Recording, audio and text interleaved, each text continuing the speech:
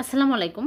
আজকে আমি মাত্র 15 মিনিটে 1 কাপ গুঁড়া দুধ দিয়ে রসগোল্লা বানিয়ে দেখাবো। 1 কাপ গুঁড়া দুধ আর পানি 3.5 কাপ। এখন আমি নেড়ে চেড়ে 4 মিনিট জাল করে নেব। 4 মিনিট পর 3 টেবিল চামচ ভিনেগারের সাথে 3 টেবিল চামচ পানি মিক্স করে ছানা কেটে তারপর সাথে সাথে আমি ঠান্ডা পানি দিয়ে ধুয়ে পানি চেপে চেপে প্লেটের মধ্যে নিয়ে নিচ্ছি।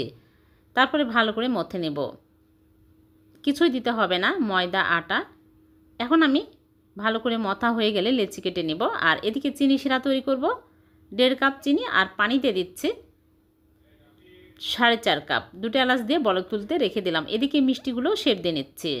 সবগুলো মিষ্টি বানানো হয়ে গেলে সাথে সাথে আমি এই শিরার মধ্যে দিয়ে দিচ্ছি। দিয়ে আমি জাল করব। 1 চামচ ময়দার সাথে সামান্য পানি মিক্স করে দিয়ে দিলাম। তাহলে ঝাঁক উঠবে আর মিষ্টি ভালোভাবে কুক হবে।